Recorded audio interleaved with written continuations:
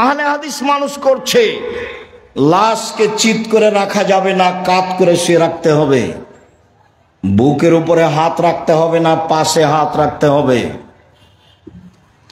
মানুষ মারা গেছে, অজু গোসলের সময় মোচ কাটা যাবে না, হারাম। পরিষ্কার পরিচ্ছন্নতার কাজ করা যাবে না, নখ কাটা যাবে না, পেট চেপে পেশাব পায়খানা বের করা যাবে না, সব হারাম। শ্বাস বন্ধ হয়ে গেছে, সব বিধান বন্ধ। অজু দিয়ে গোসল দিতে হবে মাত্র, এইটুকু ছাড়া আর কিছু নেই। লাশকে সামনে রেখে নেতারা ধারাবাহিক বক্তব্য দিচ্ছে, এই বক্তব্য হারাম। এমন কোন মায়ের বেটা জন্ম নেয়নি পৃথিবীর ইতিহাসে যে লাশকে সামনে রেখে বক্তব্য দিতে হয় তার প্রমাণ দিতে পারে। ধর্ম বিকৃত করেছে হুজুরি। আমি উপস্থিত হব তোমাদের জানাজায়, তখন দেখি কোন নেতা কথা বলে, বলায়ও তো দেখি এত বড় নেতা কে জন্ম নিয়েছে।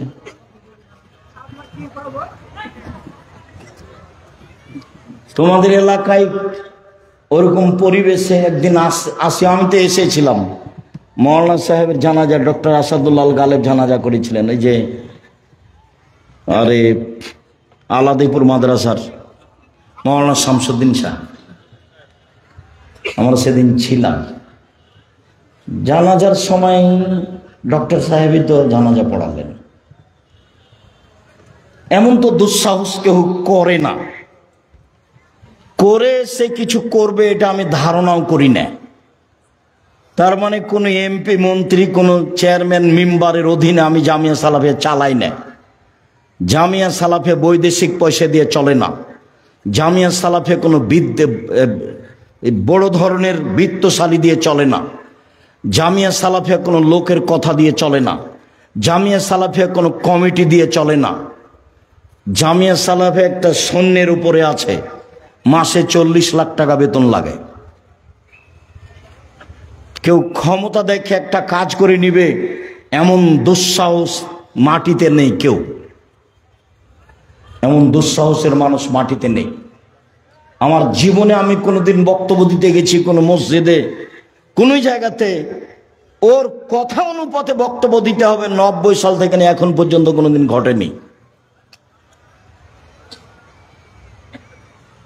সম্মানিত দিনী ভাই বোন, এই জন্য আমি দাবি রাখি যে আমি আব্দুর রাজ্জাক বিন ইউসুফ কোনো এলাকায় গেলে সে এলাকার ভাই বোন আত্মীয় স্বজন মানুষজন সবাই আসবে, এমনকি হিন্দু আসবে, আমি তার কিছু না কিছু উপকার করবই করব ইনশাআল্লাহ। সম্মানিত দিনী ভাই বোন, চাল চলন ভালো যার সে জান্নাতুল ফেরদাউস পাবে, এ কথা মুহাম্মদ সাল্লাল্লাহু আলাইহি সাল্লাম বলেন।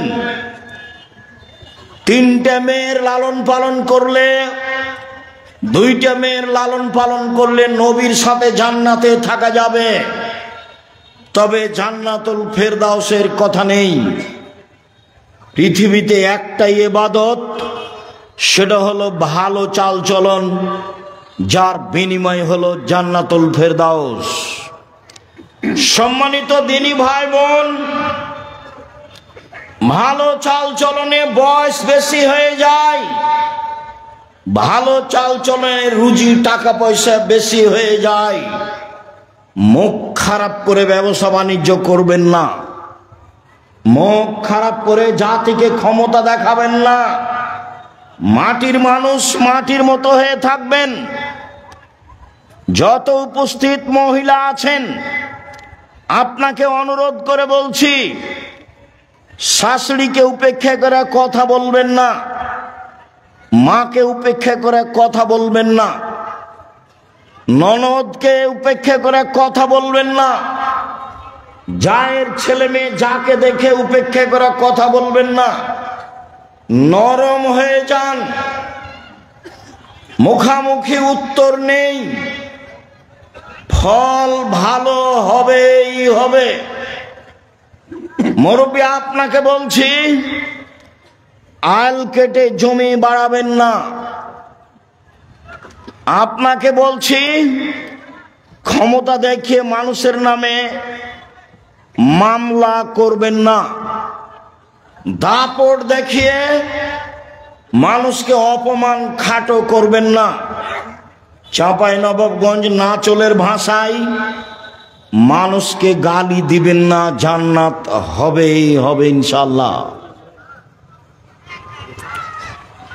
সম্মানিত দিনী ভাই বোন, আব্দুল্লাহ ইবনে আমর বলেন রাসূল সাল্লাল্লাহু আলাইহি ওয়াসাল্লাম বলেছেন, চারটা জিনিস আছে যার, সবকিছু আছে তার, ইহকাল আছে তার, পরকাল আছে তার, জান্নাত আছে তার।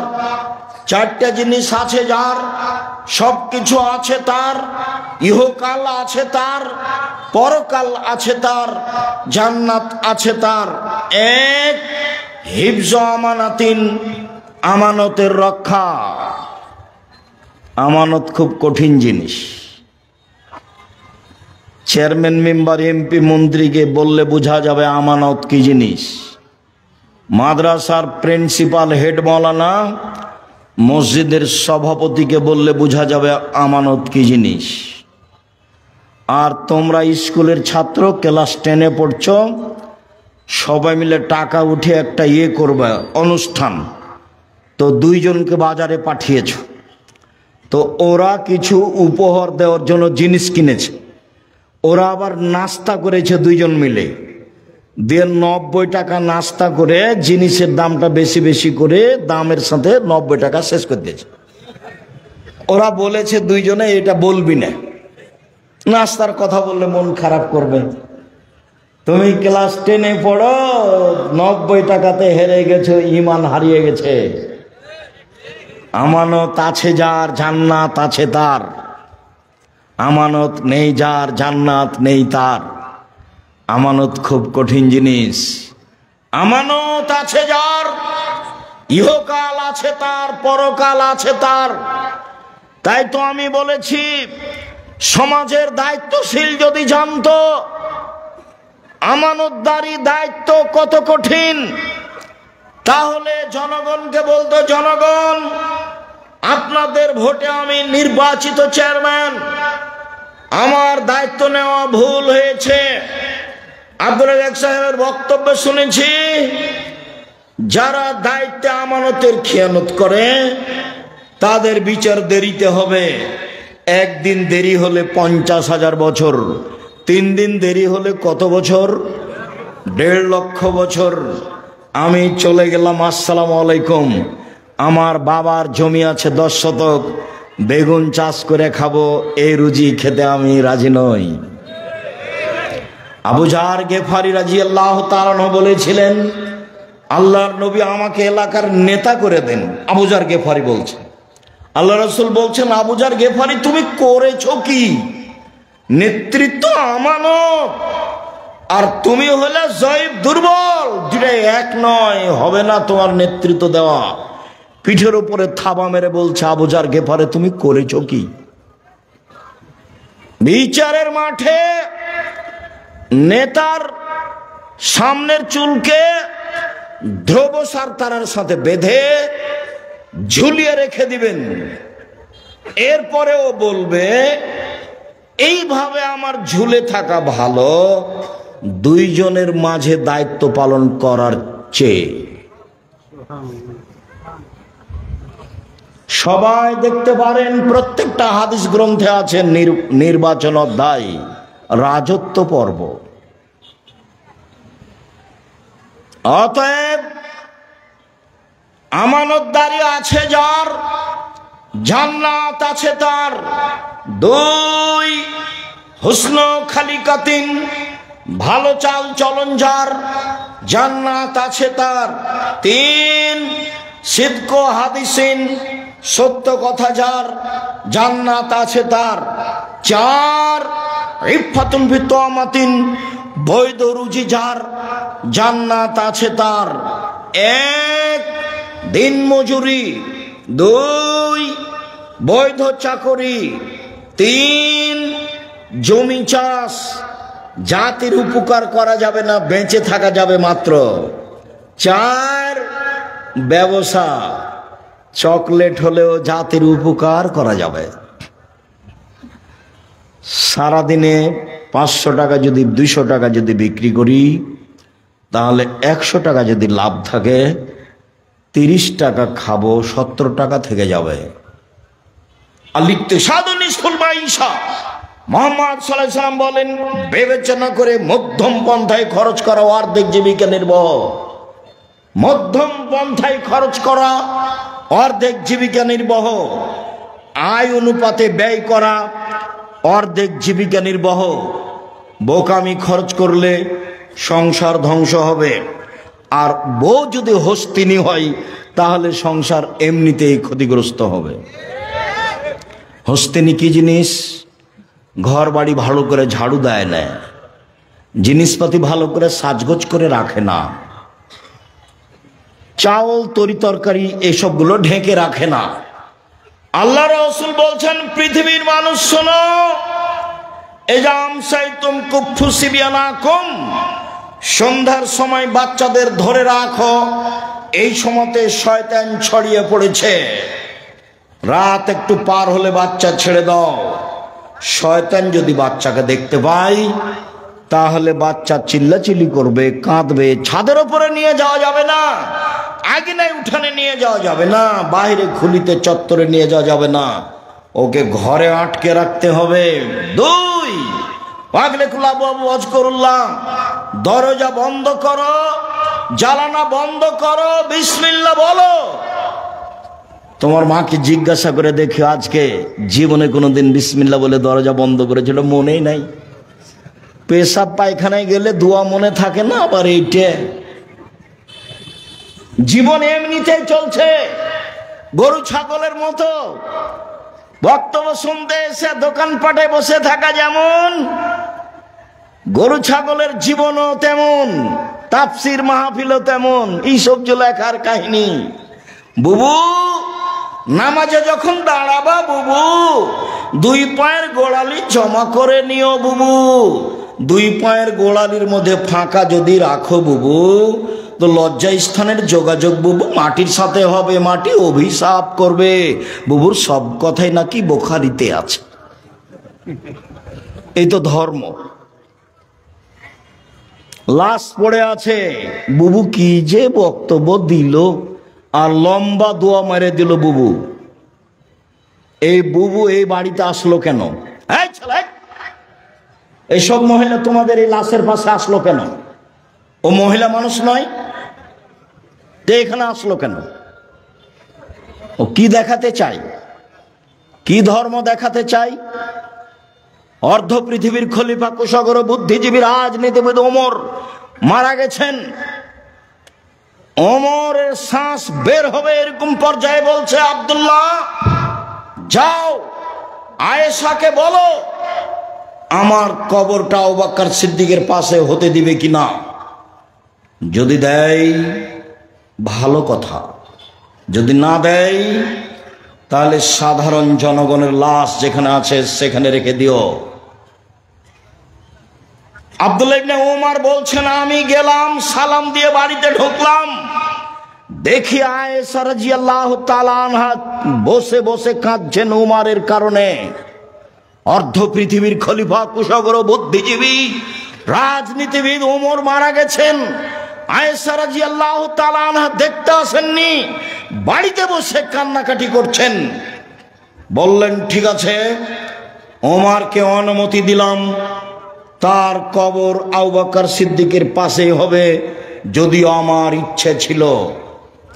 আবার ওমর বললেন, যাও তুমি আবারও বলো আমার লাশটা মসজিদে নববীর পাশে রেখে দিয়ে আয়েশাকে বলিও পুনরায়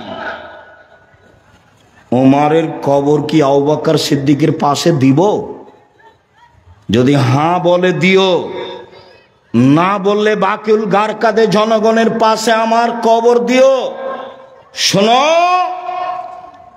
আয়েশাকে বলার সময়তে বলিও ওমর আবু বকর সিদ্দিকের পাশে থাকতে চেয়েছে। বলিও না যে আমিরুল মুমিনিন চেয়েছে, আমিরুল মুমিনিন বলো না। আরে 20 বছর আগে তার চেয়ারম্যানই পদ শেষ হয়েছে, বলছে সাবেক চেয়ারম্যান, বলছে সাবেক প্রিন্সিপাল। এই ছেলে, কথা আমি বুঝাতে পারিনি, বুখারীর হাদিস। ওমর কি বলছেন ছেলেকে, যে আব্দুল্লাহ আয়েশার কাছে গিয়ে বলিও যে কবরটা আবু বকর সিদ্দিকের পাশে দিতে দিবে কিনা। বলার সময়তে বলিও ওমর চেয়েছে, বলিও না যে আমিরুল মুমিনিন চেয়েছে। না, বুঝাতে পারলাম না কথা। আয়েশাকে গিয়ে বলিও না যে কে চাচ্ছে জায়গা, আমিরুল মুমিনিন চাচ্ছে, এটা বলিও না। আমি এখন জাতির আমিরুল মুমিনিন নই।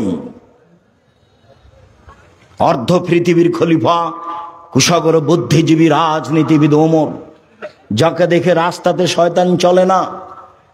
আল্লাহর নবী বলছেন, জান্নাতে ঘুরছিলাম, দেখলাম খুব টকটকে ঝকঝকে ঘর, অবাক হয়ে গেলাম, এত সুন্দর ঘর। পাশে একজন বৃদ্ধা মহিলা। আমি বললাম, ঘরটি কার বলতে পারো? মহিলা বলল, ঘরটি উমারের। আমি আঁতকে উঠলাম।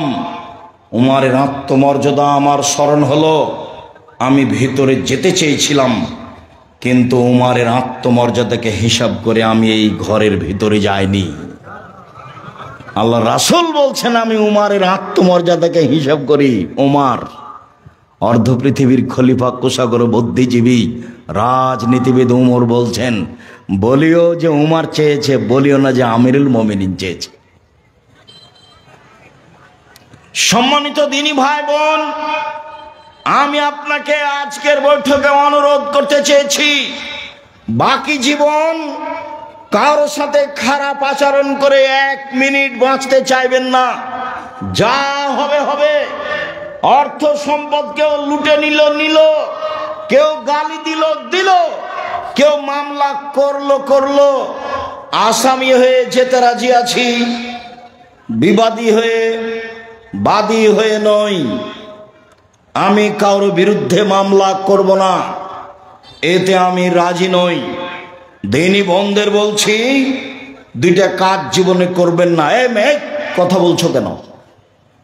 মহিলা মানুষ হিসাবে 2টা কাজ করবেন না। 1, অভিমান নেই। অভিমান করলেই শয়তান সুযোগ পাবে। অভিমান কি? দিনাজপুর স্বপ্নপুরী নিয়ে গেল না দেখতে, অভিমান। একদিন জামিয়া সালাফিয়া সম্মেলনে রাজশাহী নিয়ে গেল না, এর নাম অভিমান। অভিমান করলেই শয়তান সুযোগ পাবে। 2, প্রতিবাদ। তোমার মা কেন এই কথা বললো, তোমার বাপ কেন এই কথা বললো, তোমার ভাই কেন এই কথা বললো, তুমি কেন এই কথা বললে? প্রতিবাদ নেই, জীবন সুন্দর হবে। তুমি যেভাবে রাখবে তাতে আমি খুশি। মোটা কাপড়ে তুমি খুশি তো আমিও খুশি, চিকন কাপড়ে তুমি খুশি তো আমিও খুশি। আমার পক্ষ থেকে কোনো অভিমান নেই, আমার পক্ষ থেকে কোনো অভিযোগ নেই, আমার পক্ষ থেকে কোনো আপত্তি নেই। যা আপনার ভালো তা আমার ভালো। তখন শয়তান চুপটি লেগে চলে যাবে।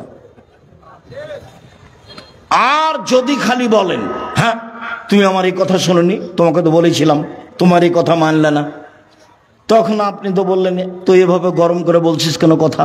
হ্যাঁ বলবো না, তুমি আমার কোনো কথা শোনো না। কোনটা তোর শুনি না, শুনিতে সব, একটাও শোনো না, তোমার সাথেই থাকবো না, থাকিস না, যাও, তালাক দিয়ে দাও, এক্ষুনি তালাক দিয়ে দাও। যা, তোকে তালাক দিলাম, 1 তালাক 2 তালাক 100 তালাক দিলাম। যখন তালাক দেওয়া শেষ হয়েছে, তেমনি শয়তান চলে গেছে। ইন্না লিল্লাহি ওয়া ইন্না ইলাইহি রাজিউন। এবার ছেলে যে আছে 3টে, এখন কিন্তু আর শয়তান নেই। বেগুন তুলে খেলে গাছ এখনো আছে, আর মোলার গাছ তুলে খেলে এই গাছটাই শেষ। তালাক দিলে কি হবে? বুদ্ধি শেষ। অন্য পথে যাবেন, তালাকে যাবেন না। অন্য পথে যাবেন, তালাকে যাবেন না। সতর্কতার যে কোনো পথ অবলম্বন করেন, তালাকে গেলেই বিপদ। সম্মানিত দিনী ভাই বোন, আবু হুরায়রা রাদিয়াল্লাহু তাআলা আনহু বলেন, রাসূল সাল্লাল্লাহু আলাইহি সাল্লাম বলেছেন, পৃথিবীর মানুষ শুনে রেখো, আল্লাহ তাআলা বলেন, মান ওয়াসালাকে ওয়াসালতুহু ওমানকে ওমান কাতাকে কাতাতুহু। এই সদাচরণ, এই ভালো চালচলন শোনো, আমি আল্লাহ তোমাকে বলছি। তোমাকে নিবে যে, আমি তাকে নিব। তোমাকে ছেড়ে দিবে যে, আমি তাকে ছেড়ে দিব। সদাচরণ নেই যার, আল্লাহ নেই তার। সদাচরণ আছে যার, আল্লাহ আছে তার। আয়েশা রাদিয়াল্লাহু তাআলা আনহা বলেন, সদাচরণ আল্লাহর আরশ ধরে এরকম ঝুলন্ত অবস্থায় ঝুলে বলে, আমি সদাচরণ বলছি, ওমান ওয়াসালানি ওয়াসালাহুল্লাহ ওমান কাতানি কাতাহুল্লাহ। আমি সদাচরণ, আমাকে যে নিবে আল্লাহ তাকে নিবেন। আমি সদাচরণ, আমাকে যে ছেড়ে দিবে আল্লাহ তাকে ছেড়ে দিবে। আব্দুল রাজ্জাক সাহেব, দুনিয়াতে যারা জুলুমবাজ, টাকা পয়সা তাদের, যারা হিন্দু অমুসলিম, টাকা পয়সা তাদের। আপনি তো বলছেন সদাচরণ যার, আল্লাহ তার। সদাচরণ নেই যার, আল্লাহ নেই তার। তাহলে যাদের সদাচরণ নেই তাদেরই তো অর্থ সম্পদ থাকলো, তাহলে তার আল্লাহ থাকলো না কি করে? শুনুন, দুনিয়া সবাই ভোগ করতে পারে, আর দুনিয়া হুলুয়াতুন খাজেরা। দুনিয়া হচ্ছে মিঠে বস্তু, একলাহাল বারল ফাজেরও। ভালো মানুষও খায়, মন্দ মানুষও খায়। পরকাল ভালো মানুষের জন্য। অতএব দুশ্চিন্তা ভোগ করবেন না।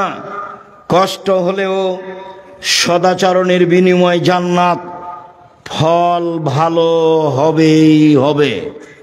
টাকা কম আছে, শান্তি বেশি আছে, কারোর সাথে ঝগড়া নেই, মামলা মোকদ্দমা নেই, নিশ্চিন্তায় থাকি, পয়সা অল্প উপার্জন করি, দিন কাটাই। আবু মুসা আশআরী রাদিয়াল্লাহু তাআলা আনহু বলেন, রাসূল সাল্লাল্লাহু আলাইহি সাল্লাম বলেছেন, আল মুমিন লিল মুমিন কাল বুনিয়ান ইয়াসুদ্দু বাযুহু বাযান। একজন মুমিন আরেকজন মুমিনের সাথে এইভাবে আঙ্গুলগুলি আঙ্গুলের মধ্যে ঢুকিয়ে দিলেন, যেমন এইটা যেমন থাকে, মুসলমান আপোষে থাকবে তেমন। নোমান ইবনে বাশির বলেন, রাসূল সাল্লাল্লাহু আলাইহি সাল্লাম বলেছেন, আল মুমিন কারাজুলিন ওয়াহিদ, আল মুমিনুনা কারাজুলিন ওয়াহিদ। সারা পৃথিবীর মানুষ যেন একটাই। ইনিস্তাকাইনু ইস্তাকা কুল্লুহু। চোখে ব্যথা হলে সম্পূর্ণ শরীর ব্যথা বুঝে। ইনিস্তাকারাসু ইস্তাকা কুল্লুহু। মাথায় ব্যথা হলে সম্পূর্ণ শরীরে ব্যথা বুঝে। পাশে একটা মুমিন বিপদে পড়েছে, দৌড়িয়ে যেতে হবে। কি হয়েছে, সমস্যা কি? ডাক্তার ডাকবো? অ্যাম্বুলেন্স লাগবে? কোনো টাকা পয়সা লাগবে কি? এর নাম হচ্ছে একজনের ব্যথা আর একজন বুঝে। দল সংগঠন করো যদি, তাহলে কেউ যদি বিপদে পড়ে তাহলে তোমার মনটা বলে ঠিক হয়েছে, ঠিক হয়েছে, উচিত হয়েছে। আর আমি নিজে চোখে গরু জবাই করতে দেখেছি। শত্রুপক্ষ বিপদে পড়েছে, তখন এ কি করেছে? গরু জবাই করতে দেখেছি। দুইটা কাজ আমি নিজে দেখেছি। তাহলে গরু জবাই করতে আমি নিজে দেখেছি, আর দুই ভাই গন্ডগোল করে ঢেঁকি কেটে ভাগ করে নিয়েছে, এটা আমি নিজে দেখেছি। ঢেঁকি কেটে ভাগ করে নিয়েছে। এই ছেলে শোনো, ভাইয়ের সাথে গন্ডগোল করবো না। বড় ভাই যা বলছে তা শোনো। তুমি ভাইয়ের রুজি নিয়ে দুনিয়াতে আসনি। তোমার রুজি তোমার তাকদিরে আছে। তুমি তোমার মাকে বলতে শিখো, চিন্তা করবেন না আম্মা, বোন আমার কাছে খাবে, ভাগনারা আমার কাছে খাবে, বোনের স্বামীরা আমার কাছে খাবে, আমার আব্বার যত আত্মীয় স্বজন আছে আমার কাছে খাবে, আপনার আমার মায়ের যত আত্মীয় স্বজন আছে সব আমার কাছে খাবে। শোনো, মন বড় করো, রুজি উপরে আছে। তুমি তোমার বউ দুইজন মিলে রুজি উপার্জন করছিলে, একটা ছেলে হলো 3 জন করছো, আর একটা মেয়ে হলো 4 জন করছো, আরো ছেলে মেয়ে হলো অনেক করছো। তাহলে তোমার হাত দিয়ে আল্লাহ দেখো কত রুজি দিচ্ছে। তোমার বোন আসলে সেটাও হবে, তোমার ভাগ্নের আসলে সেটাও হবে। উপর থেকে একটা আল্লাহর দয়া থাকবে, তোমার ভালো আচরণের কারণে তোমার অর্থ সম্পদ বাড়তে থাকবে। কোনোদিন পিছে হটিও না। সম্মানিত দিনী ভাই বোন, রাসূল সাল্লাল্লাহু আলাইহি সাল্লাম বলেন, আয়েশা রাদিয়াল্লাহু তাআলার বিবরণ, ইন্নামাল মুমিনু ইয়াজুদু বিহুসনি খুলুকিহি দারাজাতা সাইমুল কায়েম। ভালো আচরণ দিয়ে মানুষ 2টা নেকি অর্জন করে। 1, নিয়মিত তাহাজ্জুদ পড়লে যত নেকি হয়। 2, নিয়মিত নফল রোজা থাকলে যত নেকি হয়। 2টার সমন্বয়ে যত নেকি হয়, ভালো চাল চলনে তত নেকি হয়। মনে থাকবে না মনে হয়? 1, নফল রোজা, বৃহস্পতিবার সোমবার। আজকে রোজা ছিলেন? ইন্না লিল্লাহি ওয়া ইন্না ইলাইহি। মুখ বন্ধ হয়ে গেল কেন? তাফসির মাহফিল শুনে শুনে অন্তর মরে গেছে নাকি? নির্বাচন করে মিছিল করে অন্তর মরে গেছে কি? ভাইজান মুরব্বী, আপনি সিয়াম ছিলেন আজকে? ইন্না লিল্লাহি ওয়া ইন্না ইলাইহি রাজিউন। কেন? আজকে সোমবার, বৃহস্পতিবার সোমবার সিয়াম থাকতে হবে। আসলেন ঢং ঢং করে, চলে গেলেন ঢং ঢং করে। এটাই হলো বিয়ে? কোরআন হাদিস শোনা, এটাই নীতি। কেন আজকে সিয়াম থাকেননি? থাকেননি কেন? কেন থাকেননি? থাকলেন না কেন? বৃহস্পতিবারে সিয়াম থাকেননি কেন? আল্লাহ নবী তো বলছেন, বৃহস্পতিবার সোমবার মানুষের পাপ নেকি পেশ করা হয়। আমার মন চায়, আমার যখন রিপোর্ট দেখবে তখন আল্লাহ দেখুক আমি সিয়াম আছে, এই নাও দেখো আমার পাপ নেকি, দেখো আমি কি আছি, এখন সিয়াম আছে। তা আপনার একটু মন চায় না কেন? ইবাদতের জগতের সবচেয়ে দামি ইবাদত সিয়াম। কি ইবাদতের জগতে সবচেয়ে দামি ইবাদত, কেন আপনি সিয়াম থাকেননি? উপস্থিত বৈঠকের দিনই বোন, কি ব্যাপার, সিয়াম ছিলেন আজকে? শুধু তো খালি ঝগড়া করে জীবনটা কাটালেন। সদাচরণে একসাথে 3 নেকি হয়। 1, আল্লাহর পথে জিহাদ করলে যত নেকি হয়। 2, নিয়মিত নফল সিয়াম রোজা থাকলে যত নেকি হয়। 3, নিয়মিত তাহাজ্জুদ পড়লে যত নেকি হয়। ভালো চাল চলনে তত নেকি হয়। ভালো চাল চলন কি জিনিস? অবাক কথা নয়? ভালো চাল চলন কি জিনিস? রাসূল সাল্লাল্লাহু আলাইহি সাল্লাম বলেন, ইন্না মিন আহাব্বিকুম ইলাইয়া আহসানুকুম খুলুকান।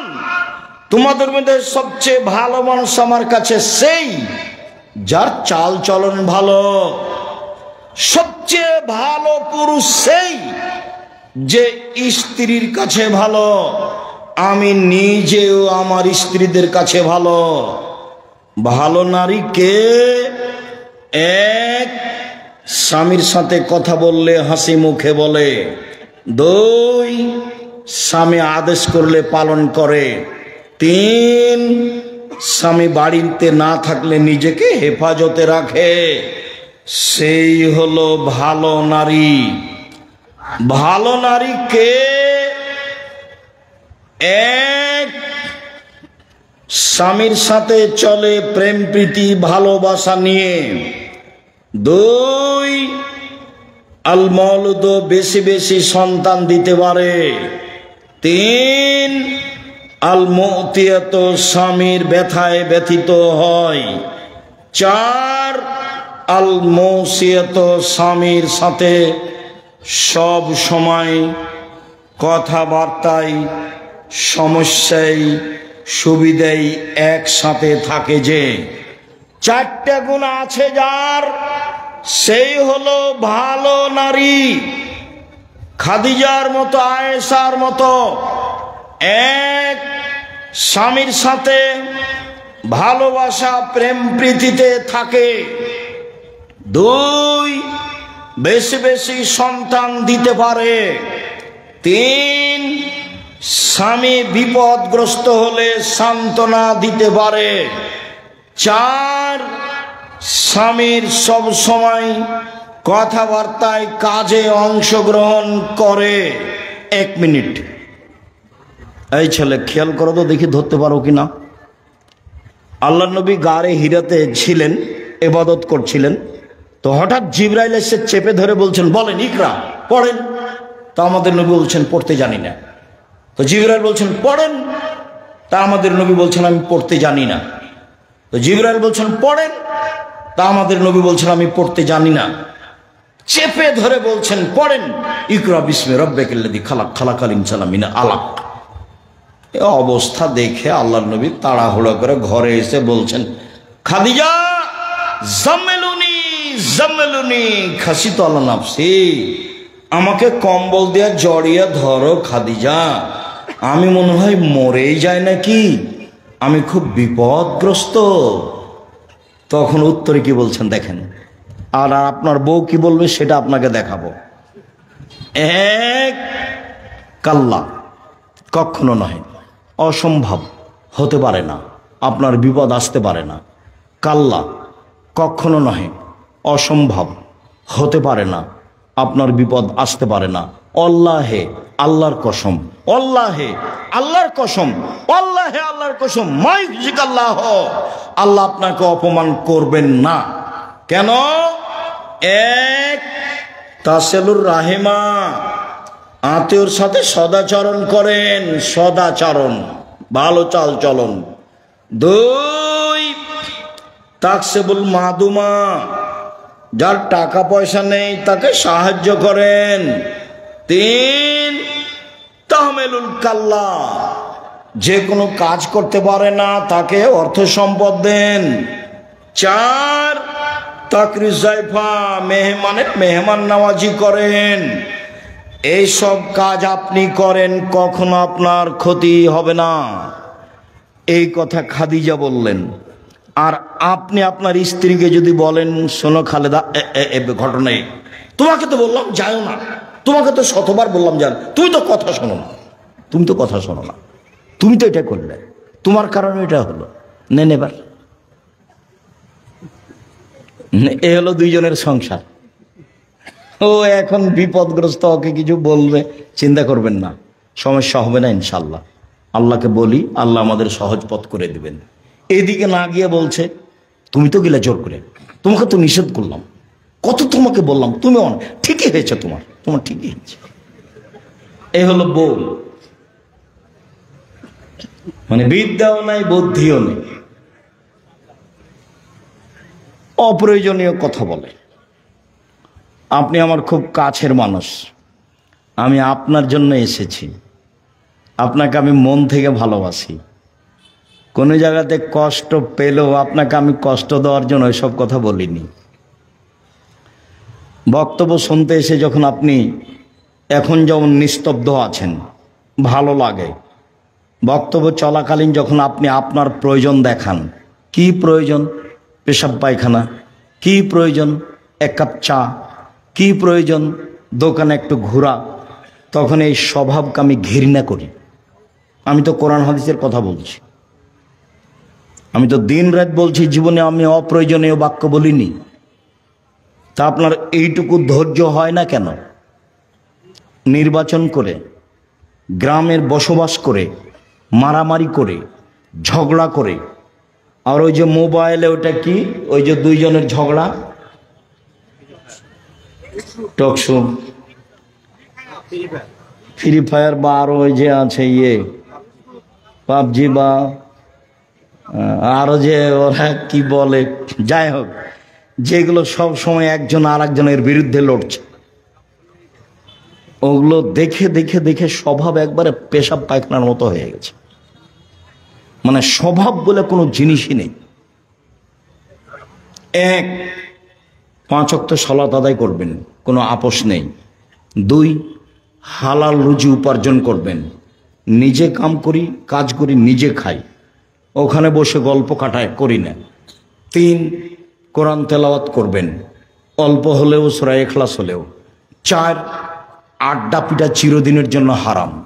আড্ডা পিটা 1, দোকানে বসে বসে আড্ডা পিটা। আড্ডা পিটা 2, মোবাইল নিয়ে ঘন্টার ঘন্টা বসে থাকা। ওই ঘরে তোমার বোন আছে, জেনা চর্চা করছে, তুমি এ ঘরে জেনা চর্চা করছো। বাড়ির উপরে এমন বিপদ এসেছে আল্লাহর পক্ষ থেকে যে ওই ঘরে তোমার মাও জেনা চর্চা করছে, এই ঘরে তোমার বাপও করছে। পৃথিবীর মানুষ মনে রেখো, আমার জীবনে বড় ভয়, আমার উম্মত গোপন পাপে লিপ্ত হবে, এটা আমার ভয়। পৃথিবীর মানুষ শুনে রেখো, আমার জীবনে বড় ভয়, এক আইম্মাতাম মুজিল্লিন হুজুর হবে ভ্রান্ত। বক্তৃতার জগৎ এমন একটা জগৎ, বিদ্যা লাগে না, থুথির জোর যার সেই বক্তা। অথচ নাচল থানার কোন একটা হেডমাস্টারের যদি পা ধরে বলেন যে আমার এই ছেলেটা পড়াশোনা জানে না, একে পিয়ন হিসেবে নেন, তো হেডমাস্টার নিবে না।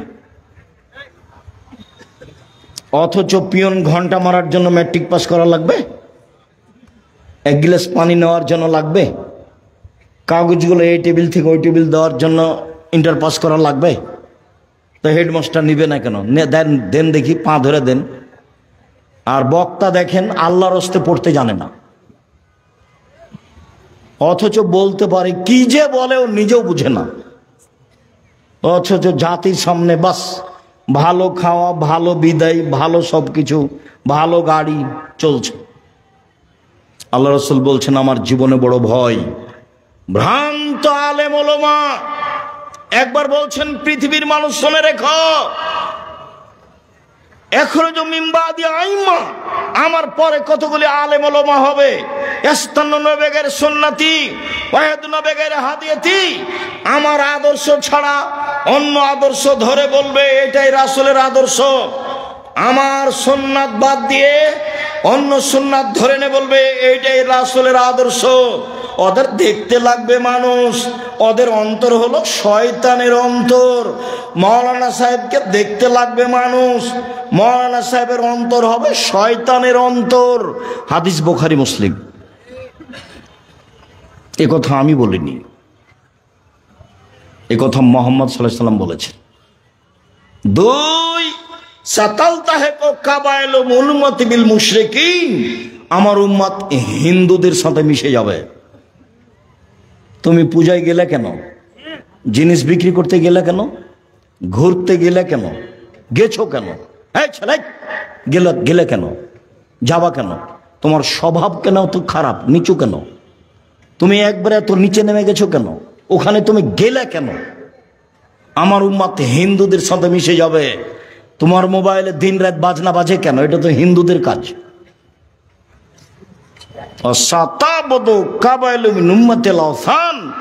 আমার উম্মত মূর্তি পূজা করবে। তোমার মোবাইলে এত ছবি কেন? তোমার মায়ের ছবি বেঁধে সাজিয়ে রেখেছো কেন? তোমার বাপের ছবি সাজিয়ে রেখেছো কেন?